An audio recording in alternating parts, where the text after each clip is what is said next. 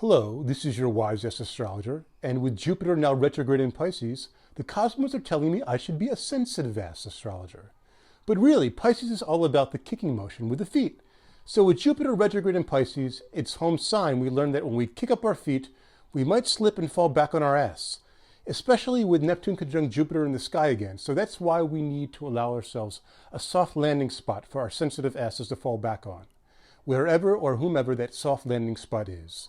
We are in the process of learning how to kick some ass. So accept this process right now, and in a few weeks, on November 23rd, when Jupiter goes direct, we will be ready to kick ass. And Mars in Gemini is also now retrograde. But not only that, it's in a mutual reception with Mercury in Scorpio. Mutual receptions don't get the buzz that things like retrogrades and new moons do. But in my wise-ass opinion, they are every bit, if not more important. So with a mutual reception between Mars in Gemini and Mercury in Scorpio, you should get your sensitive asses over to whoever massages you and have them rub in that lotion for a deep, deep massage. Because Gemini is all about the hands. Well, the arms and the lungs too, but active hands are really important with Mars in Gemini. And Scorpio is all about, well, Mercury in Scorpio is all about if you're going to be having Mars in Gemini massage you in certain areas, in certain Scorpio areas, you better really have deep trust in the person massaging you, and that they want to heal you. So if you have deep issues with being touched in a certain way, in a certain spot, it's important to use the Mercury in Scorpio to communicate that. Now let's talk about Jupiter retrograde in Pisces and the process of learning how to accept, even if it goes against what you personally know and believe to be true. The latter part of that statement refers to Sagittarius energy, which can clash with Jupiter and Pisces, even though they are the two signs ruled by Jupiter. It's about acceptance without preaching, or at least acceptance before preaching.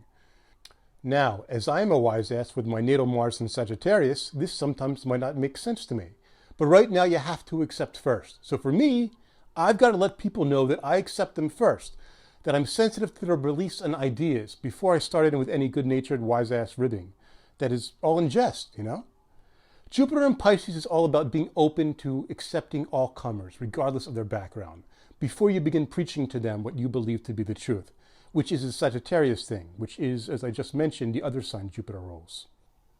For example, maybe you identify as a bleeding heart liberal, and your opinions and viewpoints guide your life, but you are now called on to accept people who society hasn't accepted for one reason or another.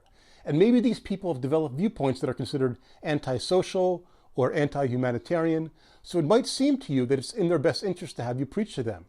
But at this time, even though your beliefs are well-intentioned, it could turn off the audience that you were trying to reach. Because sometimes, as stubborn and independent as people may seem, they will go to where they are accepted unconditionally. And if that happens, whose philosophies will end up enlightening them? Will they be your wisest ideas? No. So if you want a large group of people to hear your sermon right now, you have to accept everybody into your congregation. You can be successful, but now is not the time to start an exclusive country club religion. Now, back to the Mercury in Scorpio and Mars in Gemini mutual reception. Here's some things you'll see going on in the world with that. There's a tendency to pick away at people and things, pick away at the scab to get to their wounds below the surface, just devastating and crushing people by rearranging their words, and crucifying them for things that they've done in the past. Things that may have been trendy in the past, or playful or interesting in the past, but not right now, especially things done in the past with one's hands that might have seemed edgy and interesting at the time, but it's currently taboo because it's been revealed to have deeper effects on people's psyches than something that gets laughed off as being playful, such as a playful grope. Right now there's a hands-on approach to putting a finger on sexual wiring and where they came from and how it is arranged. If you were sexually abused in the past, it's time to revisit that and analyze that and communicate that. If not to others, then to yourself. Mars retrograde in Gemini and Mercury direct in Scorpio means it is a good time to revisit, but not act out past abuse, and also to communicate the intensity that lies beneath the surface, but not act out with destructive behavior patterns driven by buried anger. Right now, hands, arms, and fists can be very active if you've experienced sexual trauma, especially if it was by the hands of a random person. It's important not to lash out and flail away with your fists by hitting random people. Be aware of the latest surgeries or investigative procedures that can inform and transform you in a positive way by removing deep things or making you aware of deeper things that influence your functioning. With Mars retrograde in Gemini, reflect on the things that you have done that were trendy and cutting edge at the time to help you through extreme situations. And realize that it might now be time to update your techniques to what is cool right now. So do a good job with your hands. You have the right hands for the right job. But good God, man, wash your hands before you start high-fiving random people. You dirty, dirty guys and gals. Deep diving to high-fiving. So basically, the mutual reception between Mars and Gemini and Mercury and Scorpio really is something akin to mutual master brain waves of you and your dirty-minded partner. It also points to extreme trends and intense sonic, musical, and visual arrangements. Venus also being in Scorpio right now adds to this a bit. So adapt to what is cool right now.